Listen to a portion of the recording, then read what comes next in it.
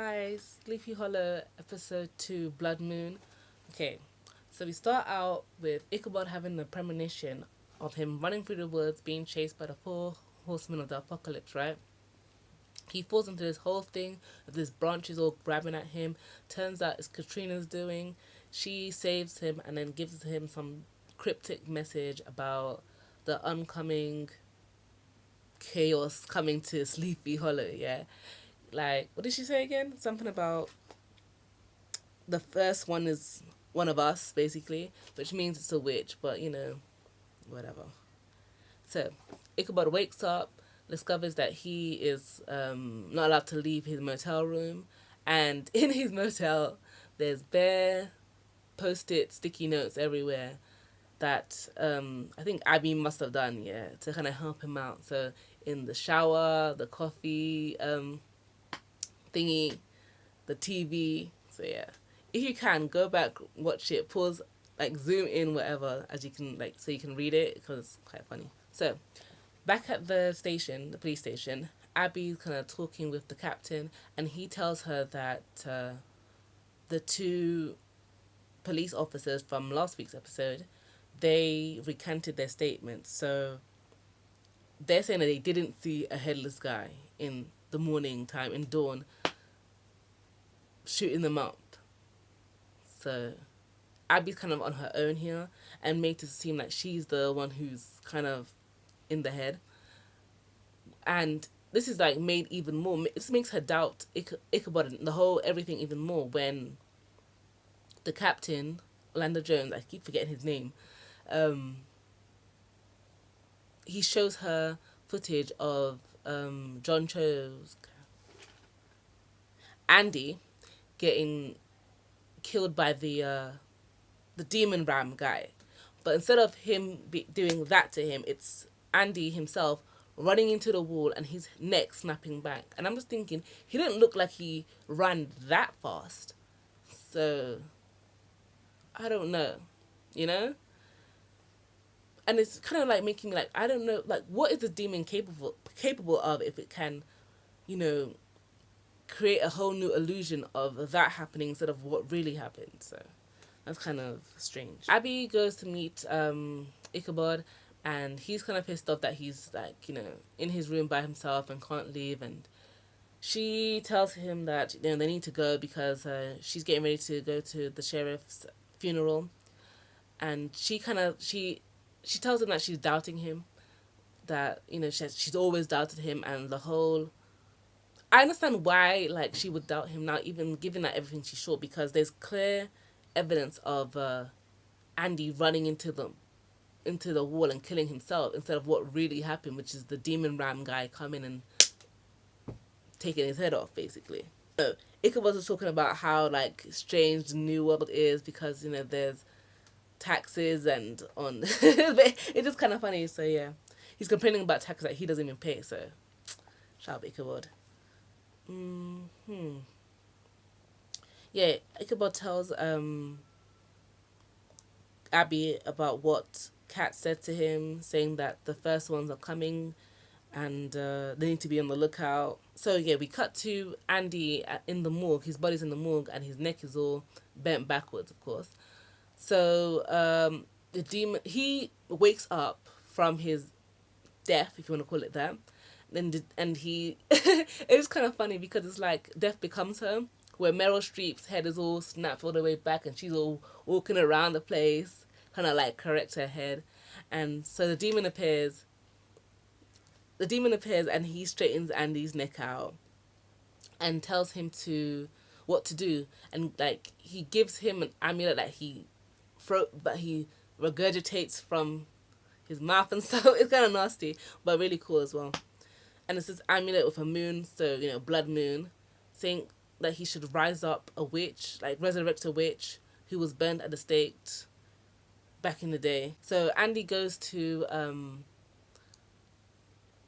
the place where she was burnt, puts the amulet down so the moon can like shine on it, and then the witch appears and she looks all kind of like she looks crispy, basically. She looks very crispy indeed. And he tells her that, what did he say again? I didn't write it down. Something about take the descendants' flesh that burned you, and you should be whole again. And so basically, burn them, take their ashes, and you can have your old skin back, and your power will be back, and basically you can start fucking people up. So yeah, Abby kind of like quizzes Crane on his love life with Katrina, saying, "Oh, come on, tell me more about her." And he's kind of like, "Oh, nah. He doesn't want to talk about his love life like that." Keeps changing the subject. So they go to the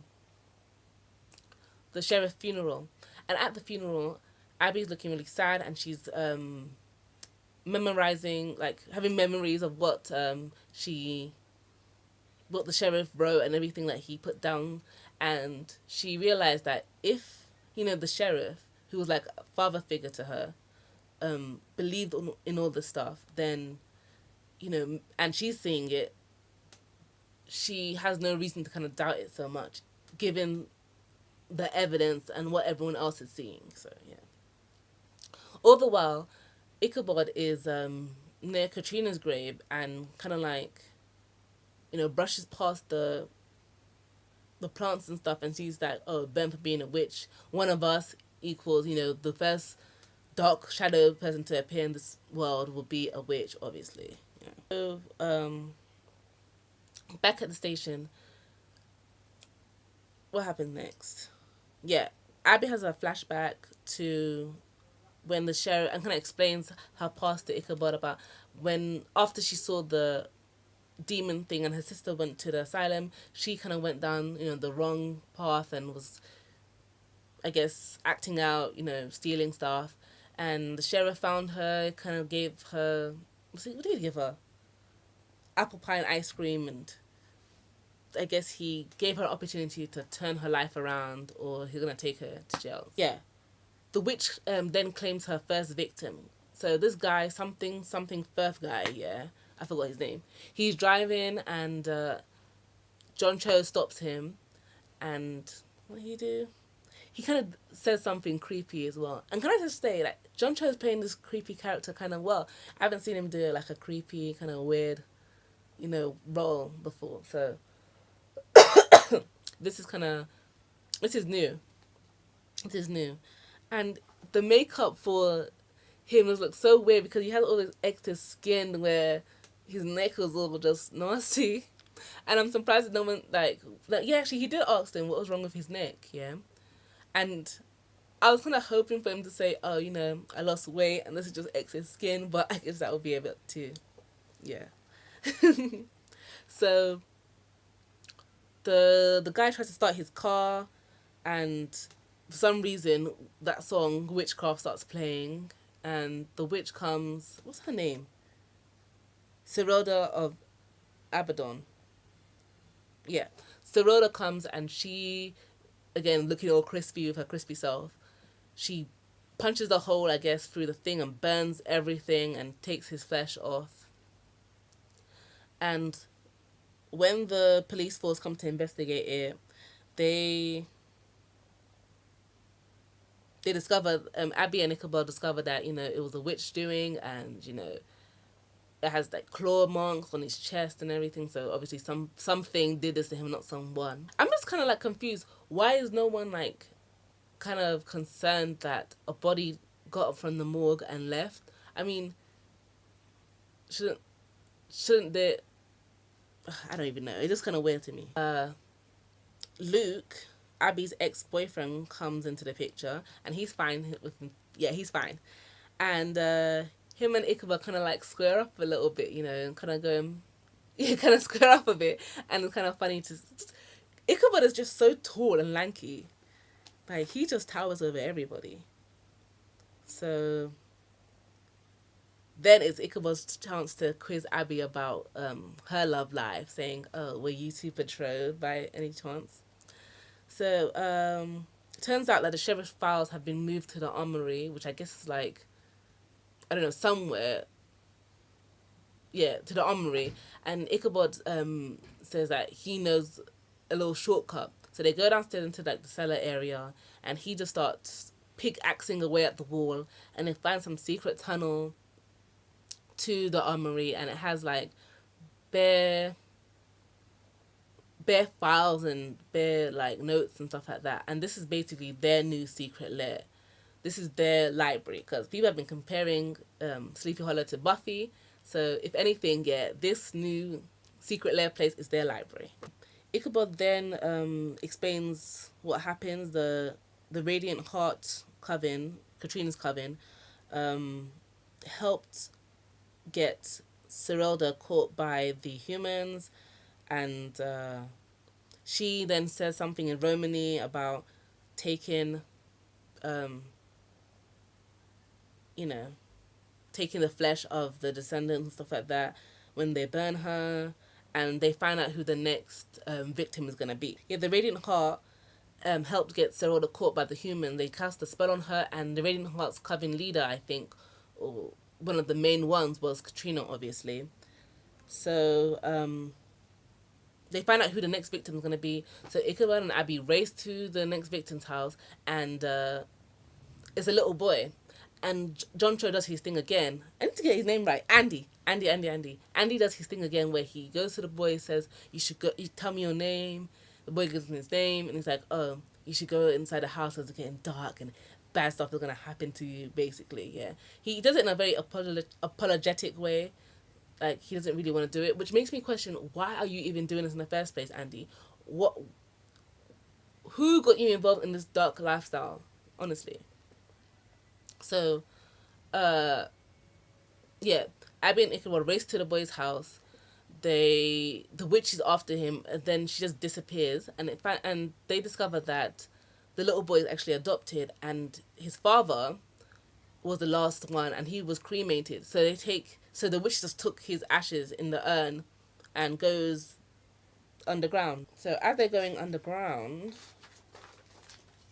they find the witch there, and also Andy's there, just digging a hole for her to find all the stuff that she needs to do to get to make herself whole again and everything. So she does her spell. She's back and she's ready, and Ichabod and Abby are there, and they try fight her, and guns don't do anything to her. So it's kind of funny when Ichabod fires like one shot and then throws his gun on the floor. And she's like, "Why did you drop your gun?" I was like, "Oh, it was empty." "No, there's not. There's a lot more."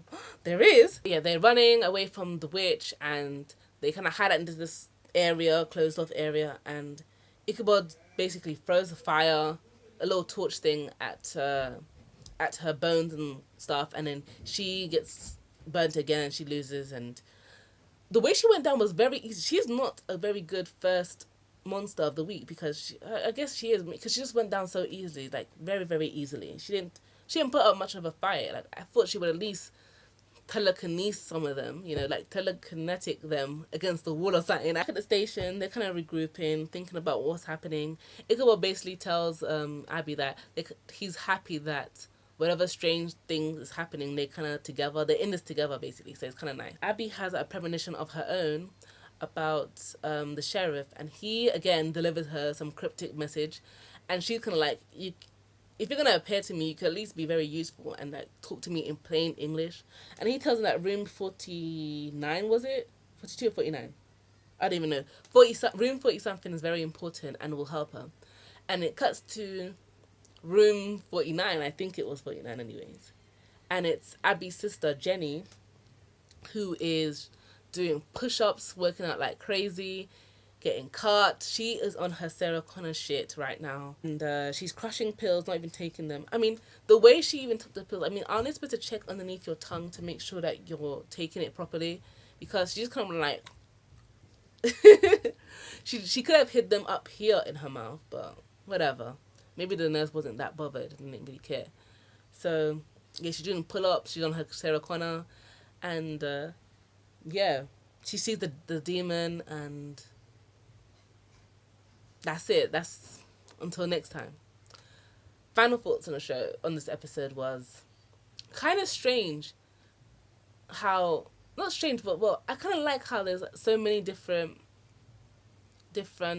pop culture references to it. Because I see Buffy, I see, the Terminator and other stuff that kind of like taking, bits and bobs from different things, kind of meshing it together. So I guess I don't know if it's paying homage or just ripping it off. Another thing, I'm just so happy, like, the amount of people of color on this show. It's just wow. Like, the last time I saw this many people of color on a fantasy show, they were all chanting what's it called, Misa to Daenerys. So this is good. This is really good. I'm really enjoying the show. So